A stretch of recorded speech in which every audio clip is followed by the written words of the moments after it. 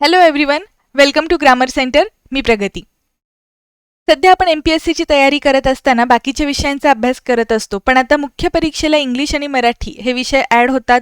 मग असं वाटतं की मराठी तर काय सोपं आहे, आपण शाळेत केलेलं होतं, पण इंग्लिश विषय कसा करायचा? आता माझं इंग्लिश पक्कं नाही आहे, मला इंग्लिश विषयाची भीती वाटते. हे सगळं आता बास. कारण इंग्लिश विषयाला खूप जास्त वेटेज यावर्षीपासून असणार आहे. 50 प्रश्न 100 मार्कांसाठी. त्यामुळे आपल्याला खूप चांगली तयारी करावी लागणार आहे या विषयाची. या विषयात तुम्हाला जास्तीत जास्त मार्क्स कसे मिळतील यासाठी आपण स्ट्रॅटेजी बघणार आहे. जे विद्यार्थी गट क च्या परीक्षेसोबतच गट ब परीक्षेसाठी सुद्धा पात्र आहेत, मुख्य परीक्षेसाठी, त्यांच्यासाठी सुद्धा आपण स्ट्रॅटेजी डिस्कस करणार आहे. त्याचबरोबर जे विद्यार्थी जॉब सांभाळून अभ्यास करत आहेत किंवा मग काही गृहिणी असतील ज्या घरातलं सगळं बघून अभ्यास करत आहेत आणि जी फुल टाईम अभ्यास करणारी मुलं आहेत, या दोघांसाठी आपण वेगवेगळी स्ट्रॅटेजी डिस्कस करणार आहे. लेक्चरच्या शेवटी आपण ते डिस्कस केलेलं आहे, त्यामुळे व्हिडिओ शेवटपर्यंत नक्की बघा.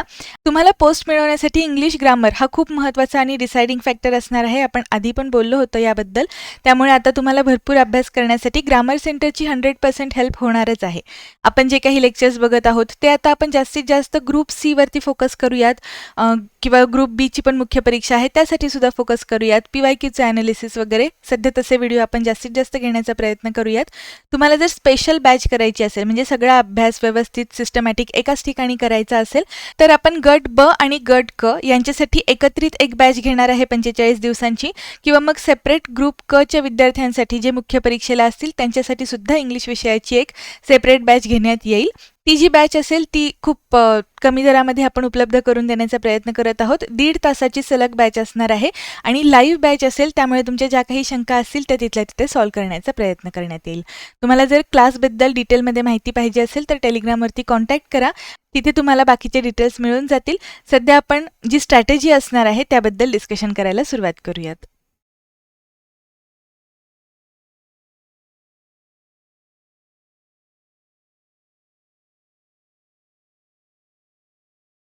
जी आपली मुख्य परीक्षा असणार आहे, पेपर 1 मध्ये इंग्लिश असेल या ठिकाणी. त्यात आपल्याला 30च प्रश्न असणार आहेत इंग्लिशचे आणि एका मार्काला एक प्रश्न, असा पॅटर्न होता. आत्ता जो नवीन पॅटर्न आहे तो मात्र गट ब मुख्य परीक्षेसाठी 2023ची जी असणार आहे, 5 नोव्हेंबर ही तारीख जाहीर झालेली आहे. त्याचे फॉर्म भरणं सुद्धा आत्ता चालू आहे. आणि गट क ह्याची पण परीक्षा साधारण डिसेंबरच्या पहिल्या आठवड्यापर्यंत होण्याची शक्यता आहे. जर आपल्याला तारखांबद्दल काही निश्चित माहिती मिळाली तर आपण नंतर ते आपल्या लेक्चरमध्ये सांगण्यात येईल. आपला जो मेन फोकस आहे आजच्या लेक्चरमध्ये, आपण जी स्ट्रॅटेजी डिस्कस करणार आहे ते या 2 परीक्षा ज्या आहेत महत्त्वाच्या त्याबद्दलच आहे. तरीसुद्धा 1 ऑक्टोबरच्या विद्यार्थ्यांसाठी जर काही माहिती पाहिजे असेल तर तुम्ही एक गोष्ट लक्षात घ्या. आता तुमच्याकडे साधारण 10-11 दिवसच आहेत, म्हणजे उद्याचा दिवस पकडला तरी तुमच्याकडे 11 दिवसच मिळत आहेत. यात आता तुम्हाला नवीन अभ्यास करायला काहीच वेळ नाही आहे. ऑनेस्टली सांगायचं तर आता तुम्ही अभ्यास करा मग रिव्हिजन करा असं आपल्याला म्हणायला स्कोपच नाही आहे. जितकं आत्तापर्यंत केला असेल त्या रिव्हिजनवरच तुम्हाला आता पेपर सोडवायचा आहे. जास्तीत जास्त प्रॅक्टिस करा. जितके MCQ जास्त मिळतील तेवढा जास्तीत जास्त प्रयत्न करा की तुम्हाला भरपूर प्रश्न सोडवायला मिळतील. तुम्हाला आपल्या ग्रामर सेंटरच्या चॅनलवर जो आपला टेलिग्राम चॅनल आहे त्याची लिंक डिस्क्रिप्शन बॉक्समध्ये दिलेली आहे. तिथे तुम्हाला सलग प्रश्न सोडवता येतील. ठीक आहे, तुम्हाला जर हा चॅनल जॉईन केल्यानंतर प्रश्न सोडवायचे असतील तर ते तुम्ही सोडवू शकता. पण सध्या माझं या विद्यार्थ्यांना असं सांगणं आहे की नवीन काहीही वाचू नका. आता आपण डिस्कस करूयात की पहिल्यांदा ही जी 2023च्या मुख्य परीक्षा होणार आहेत, या 2023च्या परीक्षांमध्ये इंग्लिश विषय आपल्याला 50 प्रश्नांसाठी असणार आहे आणि एकूण गुण असतील 100. खूप विद्यार्थ्यांचं हेच कन्फ्युजन आहे की 50 मार्काला इंग्लिश आहे का 100 मार्काला इंग्लिश आहे. कारण काही लोक असं म्हणत आहेत की 50 प्रश्न 50 प्रश्न, पण एक गोष्ट लक्षात घ्या, 50 प्रश्न इंटू 2 म्हणजे आपल्याला 100 मार्कांचं वेटेज आहे. ही खूप मोठी गोष्ट आहे, तुम्हाला डिसाइडिंग फॅक्टर आहे. या एका विषयामध्ये सुद्धा तुम्हाला 80+ मार्क्स मिळू शकतात आणि तुम्हीच विचार करा की तुम्हाला पोस्ट मिळवण्यासाठी हा विषय किती महत्त्वाचा आहे. त्यामुळे इंग्लिशची भीती वगैरे वाटत असेल तर यातून बाहेर पडा, हे मी तुम्हाला मागच्या लेक्चरमध्येच सांगितलं होतं. इथे एक महत्त्वाची गोष्ट, इंग्लिशचा दर्जा जो आहे हा पदवीपर्यंत आहे, म्हणजे ग्रॅज्युएशन लेवलचं इंग्लिशचं लेवल तुम्हाला पाहिजे. मग यात वोकॅब्लरी, ग्रामर या गोष्टी ज्या आहेत त्या तुम्हाला थोड्याशा हायर लेवलच्या कराव्या लागतील. तुम्ही याच पेपर 1 मधला मराठीचा जर दर्जा बघितला तर तो फक्त 12th स्टँडर्ड सांगितला आहे, पण इंग्लिशचा आपल्याला पदवीपर्यंतचा करायचा आहे. सेम पॅटर्न ग्रुप सीला कॉपी होतोय. ठीक आहे, इंग्लिश विषय 50 प्रश्न 100 मार्क, पदवीपर्यंत दर्जा, यात काहीही बदल नाही. आता हा जो सिलेबस आहे, तुम्हाला आहे ना, सिलेबस काय आहे हे तुम्हाला माहिती असणं गरजेचं आहे. तुम्ही कुठेही बघितलं तर सिलेबसमध्ये ना सगळे ग्रामरचे इंडेक्समध्ये जसे पुस्तकात असतात ना टाईप्स, ते सगळे टॉपिकची नावं सांगितलेली असतात. पण आयोगाने आपल्याला काय सांगितलंय, MPSC कडून आपल्याला काय सांगण्यात आलेलं आहे, सगळ्यात महत्त्वाचा पहिला पॉईंट त्यांनी दिला आहे कॉमन व्होकॅब्लरी. कॉमन व्होकॅब्लरी इथे म्हटलेलं आहे. त्याचबरोबर इथे खाली use of idioms and phrases हा एक सेपरेट टॉपिक तो देत आहेत, बरोबर. म्हणजे कॉमन व्होकॅब्लरीमध्ये इथे काय असेल, सिनोनिम असेल, अँटोनिम्स असतील, ठीक आहे. सिनोनिम्स, अँटोनिम्स, त्यानंतर वन वर्ड सबस्टिट्यूशन, होमोनिम्स, असे तुम्हाला बरेच प्रश्न इथे विचारलेले असतील. तुम्ही जर पेपर पॅटर्न नीट बघितलात तर होमोनिम्सवरती सुद्धा प्रश्न येतात. त्याबरोबर एक महत्त्वाचा प्रश्न आहे तो म्हणजे फॉरेन वर्ड्सवरती सुद्धा हे प्रश्न विचारलेले आहेत. म्हणजे आता फॉर एक्झाम्पल डी फॅक्टो म्हणजे काय, एक्स ऑफिशिओ म्हणजे काय, ॲडहॉक म्हणजे काय. सो हे असे प्रश्न आपल्याला विचारण्याची शक्यता आहे. त्यामुळे फॉरेन वर्ड्सचा सुद्धा अभ्यास करणं आपल्याला महत्त्वाचं आहे. हे आहे common व्होकॅब्लरीमध्ये. Common vocabulary in general जे आहे व्होकॅब्लरीमध्ये त्याच्यामुळे त्यांच्याकडे विचारायला स्कोप खूप जास्त आहे, बरोबर. आपल्याला कितीही व्होकॅब्लरीचा अभ्यास केला, पाठांतर करून करून एका लिमिटनंतर आपण करणार किती. त्यामुळे प्रश्न पाठ करण्यापेक्षा तुम्ही PYQचे ॲनालिसिस करा आणि त्यावरती आपण मग डिस्कशन करूयात. PYQचे सेपरेट व्हिडिओज मी कंडक्ट करणार आहे. हे माझे जे PYQची सिरीज असेल ही थोडी वेगळी असेल. ओके, आता आपण काय बघितले, 2 पॉईंट, कॉमन व्होकॅब्लरी आणि use of idioms and phrases. Idioms and phrases म्हणजे काय, म्हणी आणि वाक्प्रचार, आणि त्यांचं मीनिंग सुद्धा आपल्याला विचारले. त्यामुळे इथे आपल्याला फक्त अर्थ विचारलेला असेल का, तर नाही. त्यांनी काय सांगितलंय, इडम्स अँड फ्रेजेस पण तुम्हाला माहिती असल्या पाहिजेत. मग ते अर्धी एखादी म्हण देतील, त्याच्या पुढे तुम्हाला कंप्लीट करा म्हणून सांगतील. म्हणजे फिल इन द ब्लँकच्या टाईपमध्ये सुद्धा प्रश्न येऊ शकतो. मिनिंग्स विचारले जाऊ शकतात किंवा मिनिंग दिलेलं असेल आणि त्यावरून इडम ओळखा, असं तुम्हाला एक प्रश्न फ्रेम करताना एक्झामिनर कोणकोणत्या अँगलनी विचार करू शकतो हे डोक्यात ठेवून अभ्यास करायचा आहे. आता कॉम्प्रिहेन्शन हा जो टॉपिक आहे हा महत्त्वाचा आहे. त्यांनी इथे क्लिअरली दिलेलं आहे कॉम्प्रिहेन्शन ऑफ पॅसेज. म्हणजे MPSC CSATला, राज्यसेवेच्या CSATमध्ये जे इंग्लिशवरती प्रश्न असतात टॉपिकचे, पॅसेजचे, ते प्रश्न अशा पद्धतीचे येण्याची शक्यता आहे. इथे तुम्हाला जर कोणी सांगितलं सेंटेन्सेस रिअरेंजमेंट वगैरे करायचं आहे, तर एक कॉम्प्रिहेन्शनचा भाग म्हणून एखादा दिवस किंवा एखादा तास त्याचा अभ्यास करायला काही हरकत नाही. पण याच्यावरती कन्फर्म प्रश्न असेलच का, माहीत नाही. बरं, आता कुणी काहीही सांगू दे, 30 प्रश्न ग्रामरवर असतील, 20 प्रश्न व्होकॅब्लरीवर असतील, किंवा मग साधारण 25-30 प्रश्न ग्रामरवर असतील आणि 10-15 प्रश्न व्होकॅब्लरीवर आणि 5 प्रश्न कॉम्प्रिहेन्शनचे, असं सांगितलं असेल. पण हे कशाच्या बेसिसवर कोणी सांगितलं तुम्हाला? आपल्याला अजूनपर्यंत नवीन पॅटर्न कळलेला आहे का? नाही. त्यामुळे PYQ मधून आपण हा सगळा अंदाज लावत आहे. त्यामुळे या सगळ्या अंदाजे गोष्टी असतात. तुम्हाला नाऊन टॉपिक करायचं आहे, प्रोनाऊन टॉपिक करायचं आहे, ॲडजेक्टिव्ह टॉपिक करायचं आहे, ॲडजेक्टिव्हसाठी हे करा ते करा. हे लक्षात घ्या तुम्ही की आपल्याला इथे फक्त तुम्हाला ग्रामरच्या टॉपिकची नावं वाचून सांगितली जातात. टॉपिकचं नाव कळलं म्हणजे सिलेबस कळलं नाही. आपल्याला व्होकॅब्लरी करावी लागेल, ग्रामर करावं लागेल, बस इतकंच आपल्याला दिलंय त्यांनी. सेंटेन्सेस स्ट्रक्चर, आता सेंटेन्सेस स्ट्रक्चरमध्ये सेंटेन्सेसचे टाईप्स येतात, सिंथेसिस येतं, ठीक आहे. त्यामुळे या गोष्टींचा अभ्यास करावा लागेल, किंवा मग वर्ड फॉर्मेशन अशा पद्धतीचं काहीतरी येऊ शकतं, ठीक आहे. त्यामुळे हे आपण थोडंसं व्यवस्थित करूयात. आता सगळ्यात महत्त्वाचा प्रश्न, अभ्यासाचं नियोजन करायचं कसं? सगळ्यात महत्त्वाची गोष्ट, ज्यावेळेस तुम्ही अभ्यास करायला सुरुवात करत आहात त्यावेळेस तुम्ही एक प्रॉपर शेड्यूल ठरवा, ठीक आहे. शेड्यूल ठरवायचं म्हणजे काय, मला नक्की अभ्यास किती तास करायचा आहे, या आठवड्यामध्ये मला कोणकोणते टॉपिक कव्हर करायचे आहेत हे लक्षात ठेवा. टॉपिक वाईज अभ्यास करा. ही स्ट्रॅटेजी तुम्हाला इतर विषयांसाठी सुद्धा लागू पडणार आहे. शेड्यूल ठरवायचं की मला या आठवड्यात कोणते टॉपिक करायचे आहेत. सुरुवात करा पार्ट्स ऑफ स्पीचपासून, कारण पार्ट्स ऑफ स्पीच कशाला काय म्हणतात हे समजल्याशिवाय तुम्ही इंग्लिश ग्रामरमध्ये पुढे प्रोसीड करू शकत नाही, ठीक आहे. त्यामुळे शेड्यूल बनवा. तुम्हाला दिवसभरात एकूण किती तास अभ्यासासाठी मिळतात ते काढा. आता समजा जर तुम्हाला 8 तास अभ्यासासाठी मिळत असतील तर माझ्या अंदाजानुसार तुम्हाला 2 तासांचा अभ्यास हा इंग्लिश विषयासाठी देणं गरजेचं आहे, जर तुम्ही इंग्लिशमध्ये खूप वीक असाल तर. कारण तुमचं 1 तास रिडिंगमध्ये जाईल आणि अर्धा तास PYQ, अर्धा तास रिव्हिजन यात जाणार आहे. आपण ते नंतर डिस्कस करूयात. पण सुरुवातीला तुम्हाला एक सांगणं आहे की ते तास किती मिळतात ते लक्षात ठेवा, कारण तुम्हाला आता खूप प्रिसाईज राहावं लागणार आहे की इतक्या तासात माझे इतके टॉपिक झाले पाहिजेत. तुम्ही जे इनपुट देत आहात त्याचे आउटपुट तुम्हाला त्या प्रमाणात मिळतात का, हा प्रश्न सतत विचारत राहायचा. सुरुवातीला बघूयात की स्टेप बाय स्टेप पुढे जाण्यासाठी सगळ्यात महत्त्वाची गोष्ट असेल तर ती म्हणजे PYQ ॲनालिसिस. PYQ ॲनालिसिसची रेडीमेड बुक्स बाजारात अवेलेबल आहेत, मग आम्ही ती पुस्तकं वाचली तर चालतील का? असं जर तुम्हाला वाटत असेल तर त्याचं उत्तर आहे नाही. ते प्रश्न संच जे असतात ते तुम्हाला रेफरन्स म्हणून वापरलेले आहेत.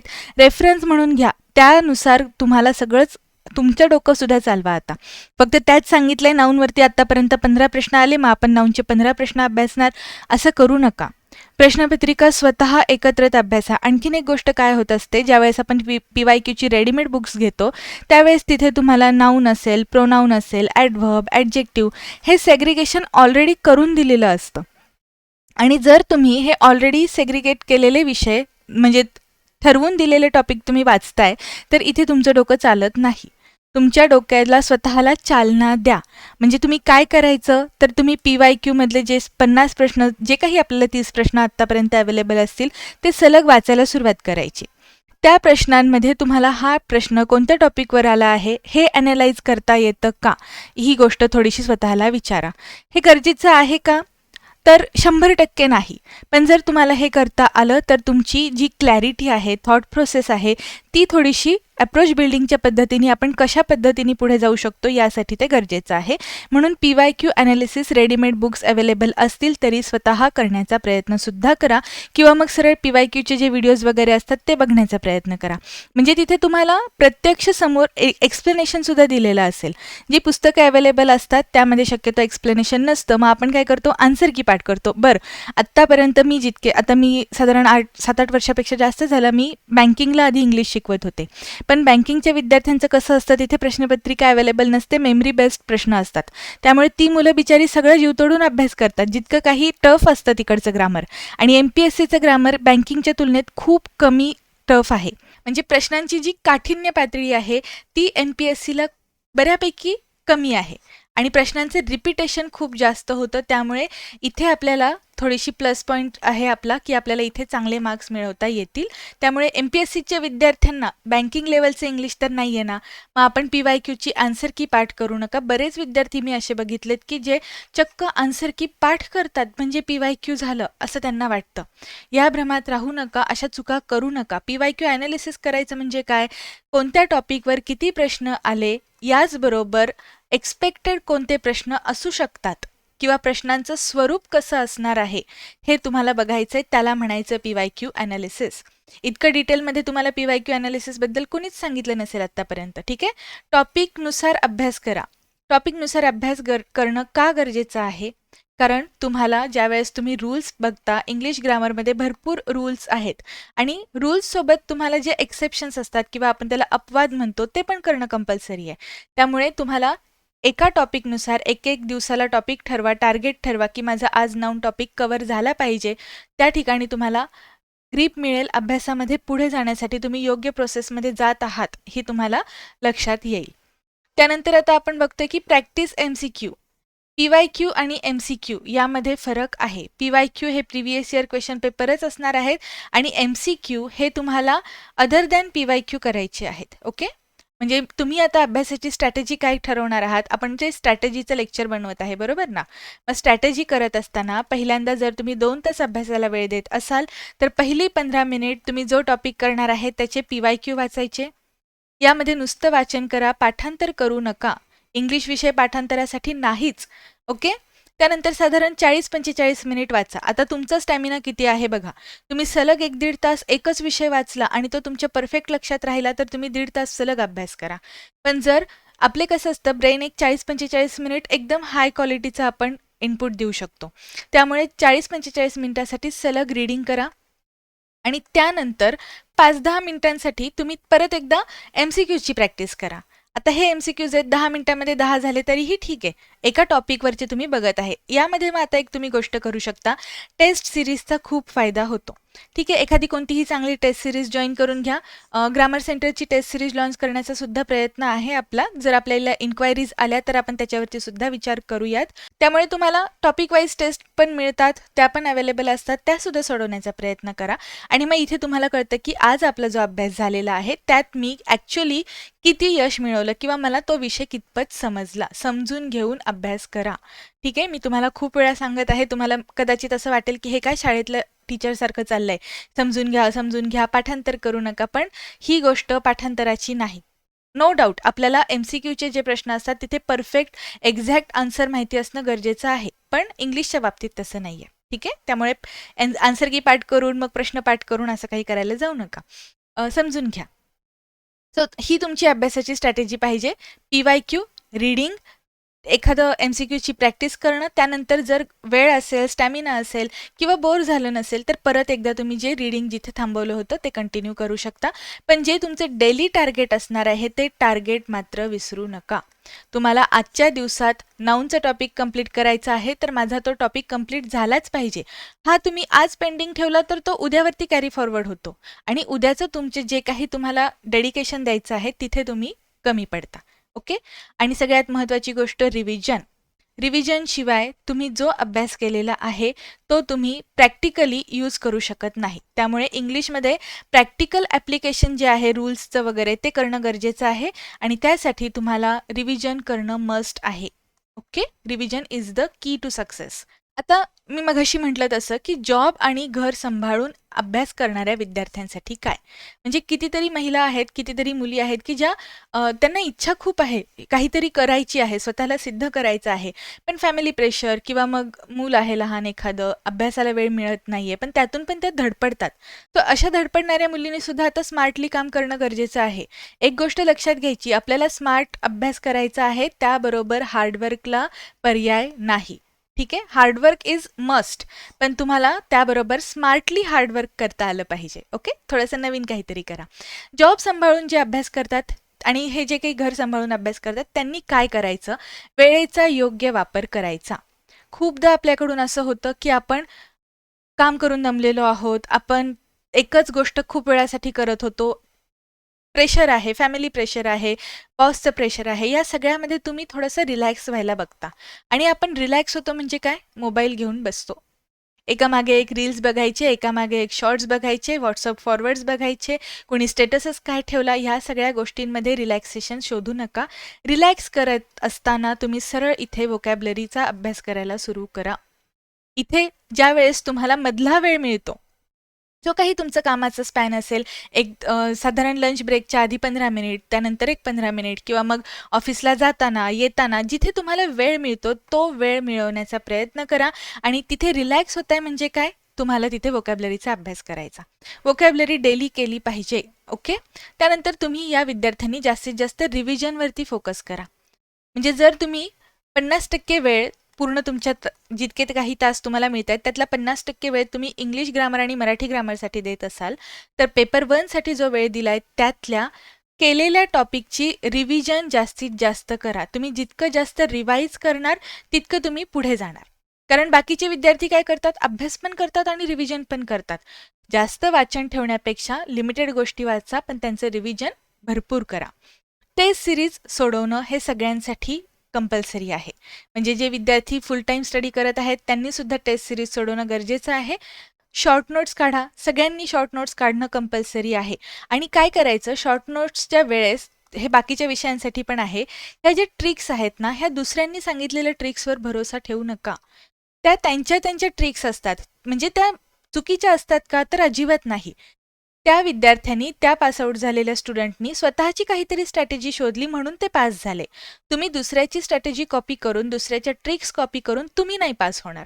तुम्हाला तुमची ट्रिक काय आहे, कशासाठी वापरलेली आहे, त्यामागे एखादी स्टोरी आहे का, हे रेफरन्स म्हणून घ्या. पण जशीच्या तशी तुम्हाला लक्षात राहत नसेल तर तुमची स्टोरी क्रिएट करा, तुमच्या ट्रिक्स क्रिएट करा आणि हे शॉर्ट नोट्समध्ये लिहून ठेवा. शॉर्ट नोट्स बनवत असताना वर्ड्समध्ये बनवा. मी तुम्हाला कीवर्ड्स कसे ओळखायचे शिकवलेलं आहे. कीवर्ड्समध्ये शॉर्टकट पाहिजेत. म्हणजे तो शब्द वाचला की, शाळेत असताना आपलं कसं असायचं, आपण कुठल्या पानावर कोणत्या ठिकाणी तो शब्द आहे ते पण आपल्याला परीक्षेमध्ये आठवायचं, या लेवलचा आपला अभ्यास असायचा. म्हणजे माझ्या माहितीले जेवढे मुलं आहेत किंवा मी स्वतः, आम्हाला हे अशाच पद्धतीने शिकवलेलं होतं. त्यामुळे शॉर्ट नोट्स ज्या असतात ना, त्या तुम्ही कुठे लिहित आहात, तुम्ही कशा पद्धतीने लिहित आहात, ह्या गोष्टी पण खूप मॅटर करतात. आणि आता एक स्मार्ट मेथड कशी वापरायची यासाठी थोडी इंटरेस्टिंग गोष्ट सांगते. फार नवीन नाही आहे, पण थोडंसं आपल्याला हे सांगणं कोणीतरी गरजेचं असतं. काय करायचं, तुमचा मोबाईल जो तुमचं डिस्ट्रॅक्शन आहे तो आता तुम्हाला सपोर्टर किंवा असिस्टंट बनवा. तुम्ही या मोबाईलला असिस्टंट बनवा. लिहिण्यापेक्षा माझं असं सांगणं आहे की तुम्ही रेकॉर्डिंग करा. तुमचे स्वतःच्या आवाजात तुमचे नोट्स तयार ठेवा. रेकॉर्डिंग कशाचं करणार? इडम्स अँड फ्रेजेसचं करा, वन वर्ड सबस्टिट्यूशन्सचं करा, सिनॉनिम्स, अँटोनिम्स यांचं करा, होमोनिम्सचं करा. म्हणजे रोज काहीतरी तुमचं जे टार्गेट असेल ते अचीवसुद्धा होईल. मगाशी मी काय म्हटलं की तुम्हाला रिलॅक्स होताना वोकॅब्लरीचा अभ्यास करायचा आहे. मग हा वोकॅब्लरीचा अभ्यास तुम्हाला प्रत्यक्ष वाचूनच करावा लागेल असं नाही. हेडफोन्स लावायचे आणि व्यवस्थित रेकॉर्डिंग ऐकत बसायचं आपलं स्वतःचं. ही मेथड तुम्ही बाकीच्या विषयांसाठी सुद्धा करू शकता. मग इथे पण आता मुलं काय करायला लागली आहेत की आधीच्या स्टुडंट्सचे रेकॉर्डिंग अवेलेबल आहेत, त्यांनी पोस्ट केलेले आहेत, तर आम्ही तेच ऐकू का? हे बघा, हा तुमचा पर्सनल चॉईस आहे. तुम्हाला अभ्यास करायचा आहे, सरतेशेवटी तुम्ही कुठूनही करा, अभ्यास करा. परीक्षेमध्ये जे तुम्ही आउटपुट देऊ शकता का, तोच आत्ता वेळ इन्व्हेस्ट करा. तुम्ही जे काही आत्ता करताय त्याच्यातून तुम्ही परीक्षेत पास व्हायची तुम्हाला गॅरंटी वाटते का? तरच हे करा. ठीक आहे?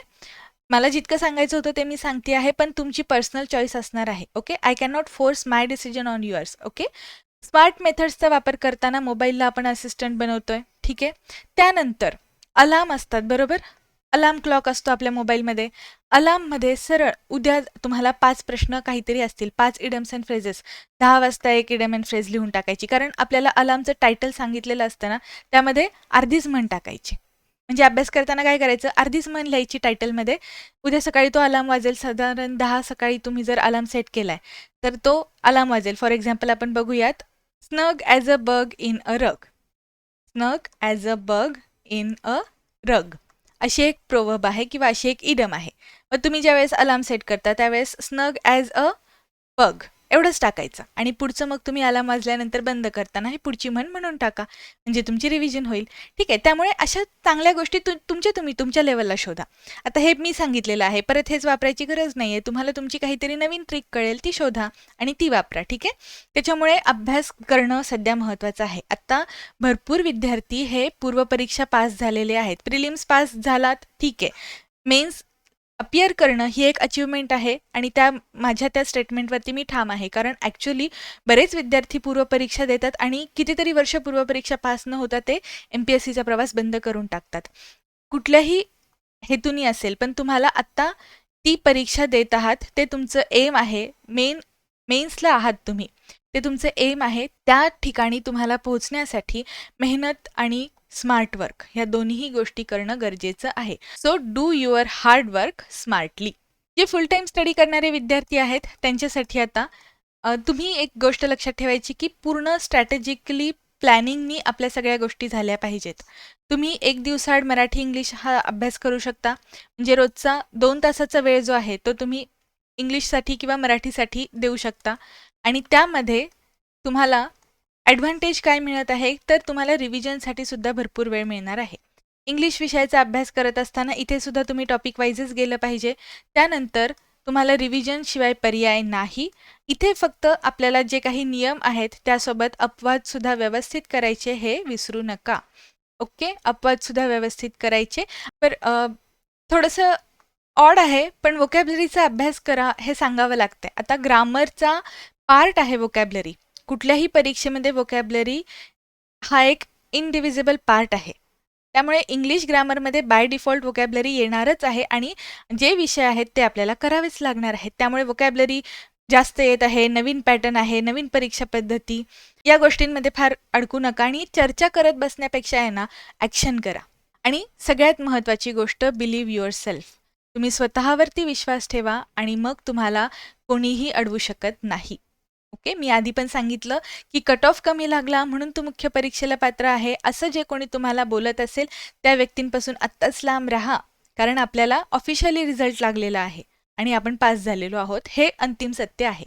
इंग्लिश ग्रामरची तयारी करत असताना तुम्हाला ग्रामर सेंटरच्या यूट्यूब चॅनलची 100% मदत होणार आहे. आपण आता जे पुढचे लेक्चर्स घेऊन येणार आहोत ते खूप इंटरेस्टिंग असणार आहेत. मी आधी अनाउन्समेंट केलेली आहे, पण अजून काम चालू आहे म्हणून मी ते डिस्क्लोज करत नाही आहे. पण एक खूप इंटरेस्टिंग प्रोजेक्ट, आत्तापर्यंत मराठीमध्ये असा प्रोजेक्ट कुठेही नाही किंवा जी आपण लेक्चर सिरीज चालू करणार आहे ती आत्तापर्यंत यूट्यूबवर मराठीतून कुणीही शिकवलेलं नाही, जे काही इंग्लिशचं ग्रामर आहे ते. त्यामुळे एक खूप मस्त इंटरेस्टिंग लेक्चर सिरीज आपण घेऊन येणार आहे. चॅनलला नक्की सबस्क्राईब करा, कारण व्हिडिओज अपलोड झाल्यानंतर तुम्हाला त्याचं नोटिफिकेशन येईल किंवा तुमच्या फीडमध्ये त्या गोष्टी येत राहतील. आणि सगळ्यात महत्त्वाची गोष्ट म्हणजे तुम्हाला इंग्लिशचा आत्ताच्या येणाऱ्या परीक्षांसाठी अभ्यास करताना ग्रामर सेंटरच्या यूट्यूब चॅनल व्यतिरिक्त पर्सनल काही गायडन्स पाहिजे असेल तर तुम्ही टेलिग्रामवरती कॉन्टॅक्ट करू शकता. आणि फी आपण ठरवत आहोत 999 असेल ग्रुप सीच्या ज्या बॅच असतील त्यांच्यासाठी. पण ज्या विद्यार्थ्यांना परवडत नाहीये ते पर्सनली मला कॉन्टॅक्ट करू शकतात. अशा विद्यार्थ्यांचा सुद्धा माझ्याकडून विचार करण्यात येईल. त्यामुळे फक्त फी जास्त आहे म्हणून नाही म्हणू नका. ठीक आहे. जे तुम्ही कमी फीमध्ये लेक्चर्स करणार आहात त्यात तुम्हाला सगळं एका ठिकाणी सिस्टमॅटिक छान आणि कॉम्प्रिहेन्सिव्हली मिळणार आहे का, हा पण विचार करा. ठीक आहे, कारण तुमचे जायला पैसे पण जातात, वेळ जातो. पैशापेक्षा सुद्धा वेळ तुमचा खूप महत्त्वाचा आहे. आणि आत्ता गेलेली वेळ आहे ना परत कधीच येत नाही. त्यामुळे तुम्ही जितकी वेळ इन्व्हेस्ट करत आहात, तुम्ही पैसा आज गेला तर उद्या कमवाल, पण गेलेली वेळ तुम्ही कधीही परत मिळवू शकत नाही. त्यामुळे खूप विचार करून डिसिजन घ्या. आणि जर सेल्फ स्टडी करायचा असेल तर आपले यूट्यूबचे लेक्चर्स अवेलेबल आहेत. इतर काही गोष्टींसाठी जर तुम्हाला इन्क्वायरी करायची असेल तर तुम्ही टेलिग्रामवरती कॉन्टॅक्ट करा. आपण उद्याच्या लेक्चरमध्ये भेटूयात. थँक्यू.